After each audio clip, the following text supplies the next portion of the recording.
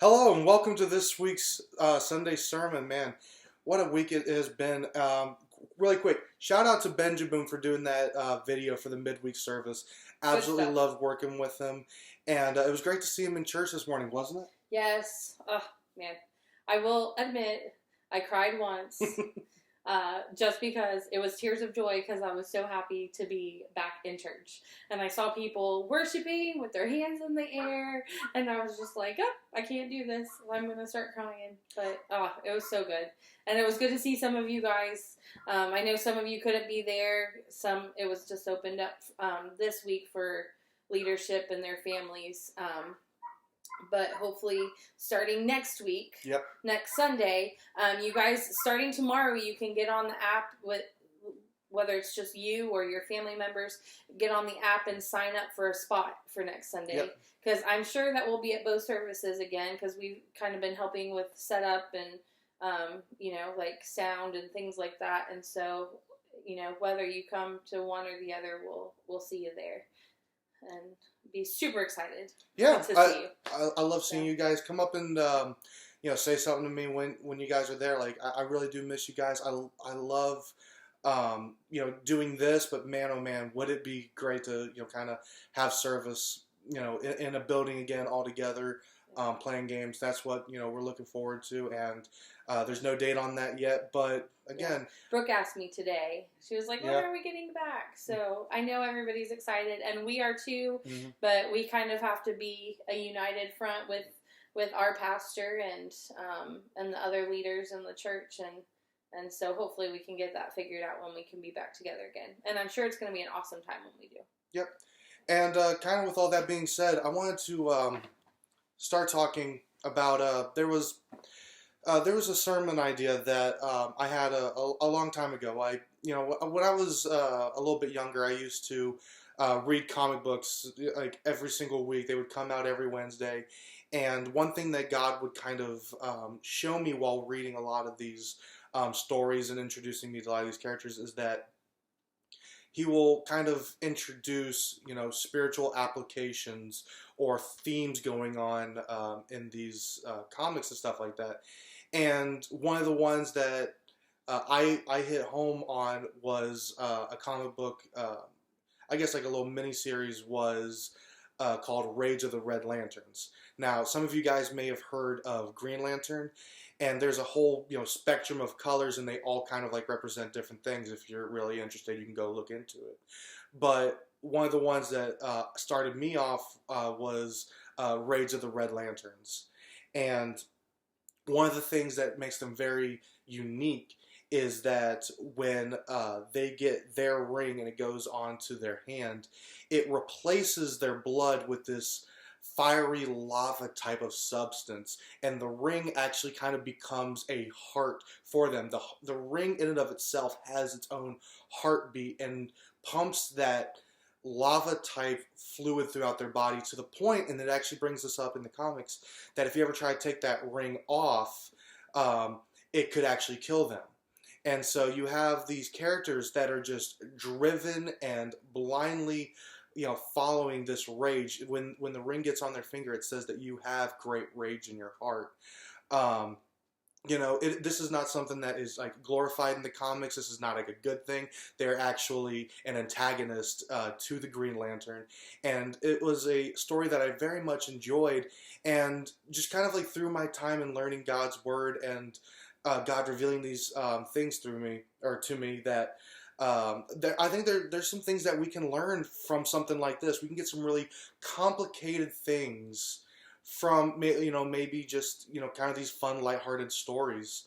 So I wanted to talk to you about that. Is that there are three things that Rage of the Red Lanterns kind of showed me, and the first thing is that people that have great rage in their heart are driven by that rage. How many of us have been in a super intense situation or have been really heated and mad and said something that you regret, or maybe did something you regret? You clocked someone, you got in trouble, got suspended, got grounded, whatever, or maybe you said something that you wish you could take back. A lot of times when somebody says, "Dude, what were you thinking?" an answer that we'll come up with is I wasn't thinking. It was a basic instinct. In Raids of the Red Lanterns, they say that when you have this ring on, it actually does a lot of the thinking and beating of your heart for you. It doesn't take a lot of intelligence to be angry or to be, just wanting that revenge. I mean, how many of us, when something happens to us, are just like, man, I want to get them back, and you almost become consumed with the idea of trying to settle the score or even the odds. I mean, I grew up Italian. There's a big saying, either, you don't get mad, you get even. And I'm gonna be honest, sometimes I did both. I got in some trouble when I was in middle school, but it's one of those things where you're just so heated, and it's like you weren't thinking about what you were doing, that the rage, the pure emotion, did all the thinking for you. Now, here's something that maybe you haven't thought about, is that God created all emotion, even the ones that you would say are maybe not the best ones. In fact, one thing that blew my mind is that the Bible actually says that God is a jealous God. A lot of us would say that jealousy is a not a very desirable quality, and yet God is jealous. And in the Old Testament, it talks about God's wrath. So God created anger in his own way. In fact, God has his own way of justice. So God created anger. God has all these emotions. And so emotions in and of themselves are not bad. You shouldn't be like, oh, because I felt this way, maybe I don't have enough faith. No, maybe a little flare up is fine. But what's not okay is letting that emotion drive you and control you.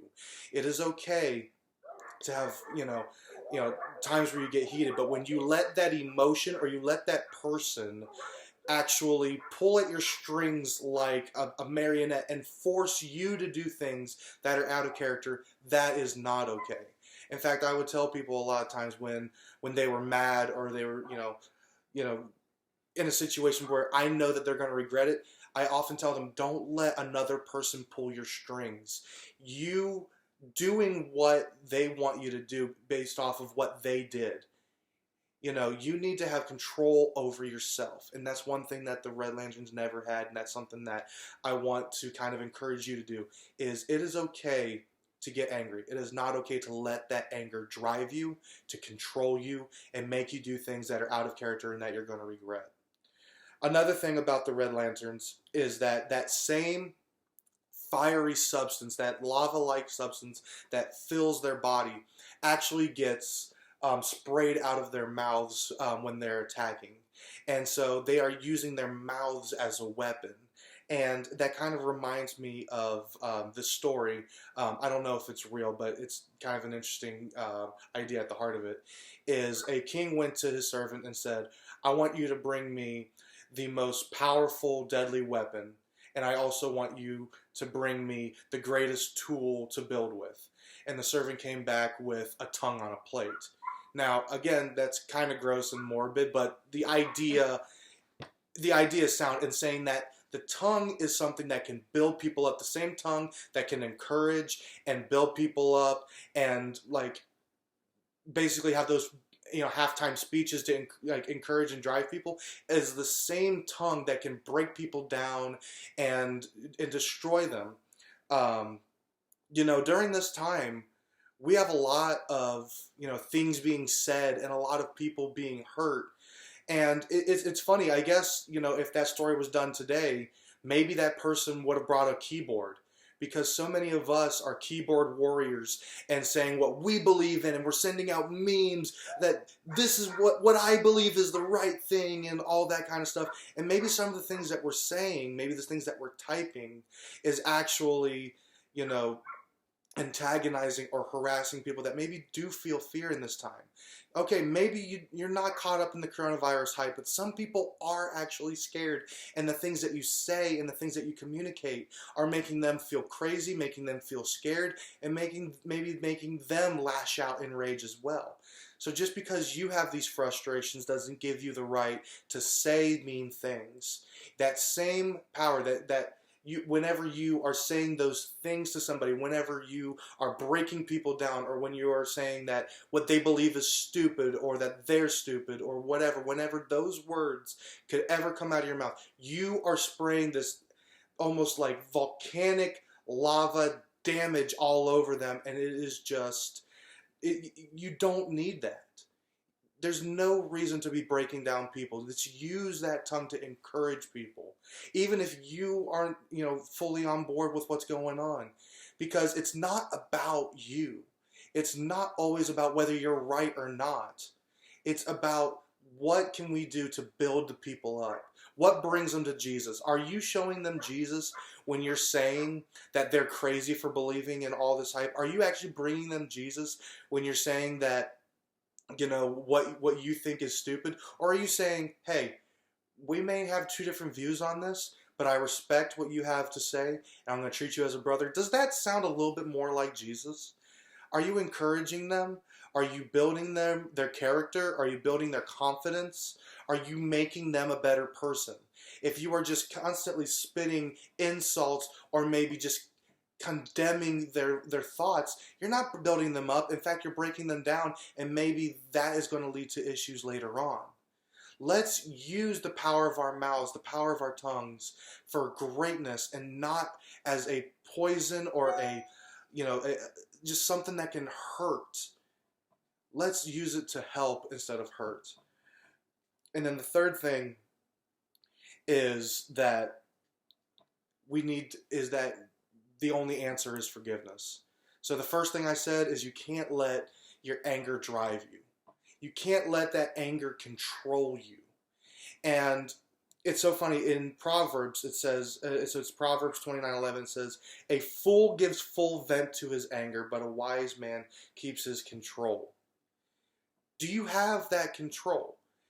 And if you have that control, then that means you also wouldn't be, spitting out those insults. You would be able to, feel that frustration, and you can feel it, but then you'll have control over your words. So if you are having control over your actions, you're having control over your words, then you can now take that time and work on the third point, which is forgiveness. Forgiveness is not saying what that other person did was right. Forgiveness is not saying that you're getting them off the hook. What forgiveness is actually doing is separating you from the situation. See, when people talk about forgiveness, it's like, are you saying that what that person did was okay? No. But what is interesting about forgiveness is that forgiveness is just saying, okay, I'm not going to hold on to this any longer. What I've always heard unforgiveness kind of parallel to is, it's like a venomous snake biting itself. Is it gets out that frustration, but it's killing itself at the same time, and you're just holding on to that. It's like you're drinking the poison and expecting the other person to die, because you're just holding on to these emotions. You're holding on to that anger. You're just holding all these things, and that person may not even be thinking about you. That person may have said something, done something that offended you, and they're just going about their life thinking about, what am I going to have for lunch? And you can't stop thinking about getting them back. That's why I always, there's just so many great parallels to this like unforgiveness thing. One story I heard about, and gosh, I'm just thinking about this off the top of my head. I don't even think this is in my notes. It might be, but years ago. There was a pope, and do you ever wonder why there's a Pope Mobile? If you didn't know there was a Pope Mobile, yes, there is. There's a Pope Mobile, and it's basically with bulletproof glass. It's because the Pope was shot once, and he survived his encounter. The man who shot him was arrested and put into jail, and later, at a later date, I don't know how much time. Like I said, I just know the story. I don't know a lot of specifics. He came up to him in prison and actually asked for his release, hugged the assailant and said, "I forgive you." He didn't say that what he did was right. All he did was say, "Hey, I'm not going to hold on to this, I'm not going to keep you in prison. I'm not going to put myself in that prison," because that's kind of what unforgiveness is you're putting yourself into a prison. and restricting your own thought life. Unforgiveness is not freedom. Unforgiveness is something that, the man that was in prison, his body would have been, detained. But what the story was trying to say is that had he not forgiven him, his mind and the Pope's mind and soul would have been in prison, because unforgiveness is not freedom. Unforgiveness and thinking about that other person and what they did and how they did you wrong is not a free way of life. I want to encourage you guys, if you have deep scars, maybe deep hurts, and a lot of those things are not easy to, overcome or, forget about. And I'm not asking you to forget about them. But I'm just asking you that if you have a person in mind while I'm thinking about this, someone that hurt you, abandoned you, some great injustice that happened. I'm not saying what they did was okay. I will never understand maybe what that person did to you. And this goes for any time in the future. Maybe someone hasn't hurt you in this way, but I want to encourage you, anytime that you hear this, bad things happen all the time. And when that happens, you don't say, I'm going to hold on to this and you're going to pay and we're going to get even. You need to release yourself from that situation. Get out of the jail cell of your mind, the jail cell of forgiveness, and say, you know what? I forgive you and I'm walking away from the situation. I'm walking away from that hurt. I'm walking away from that, negativity. Because that's really what unforgiveness is. It's just a negative emotion towards another human being. Jesus talks about, not only loving your neighbor, but, loving everyone as you love yourself. That's a tall order. And that's something that even, I'll struggle with all the time. But you know what? I have control of my own mind. I want control over my own emotions. And so sometimes, even when I don't agree with what someone is saying, even when I feel super heated in a confrontation, I need to even say, okay, I have self-control. And I'm not going to let this rage dictate my emotions. I'm not going to let someone else make me act out of character. So I'm going to move on, and I'm going to choose forgiveness. Forgiveness is not a feeling. Forgiveness is a choice. And you may not even feel it for years. But you say it, and you choose it, and then you go on with your life. You don't think about that other person and what they did wrong to you, because you deserve better. And that's what forgiveness offers. It offers a better life from this moment on. So that's kind of my encouragement to you guys is, have control over your emotions, have control over your tongue, and choose forgiveness whenever possible. So I think that was really good. Thank you. As you were sharing that, I am a very emotional person, so a lot of times, if I'm not careful, I can let my emotions, whether they're like good, bad, angry, sad, like whatever, before you know it, they just take over. Yeah. But I think John says something, I was sitting here trying to remember, emotions make a good servant, not a good master. Oh, yeah, yeah. And I was thinking of that. I didn't want to slaughter it. So, John, if you're watching this and that's not exactly what it is, I'm sorry. But it's something along those lines that emotions, God, like you said, God made emotions. And so they are good. And Jesus showed the full range of emotions. Yep. Like he cried for Lazarus and, he was grieved and like almost... just completely stressed over going to the cross. That yes. He sweat drops of blood. And anger when he flipped the tables because they were desecrating the temple.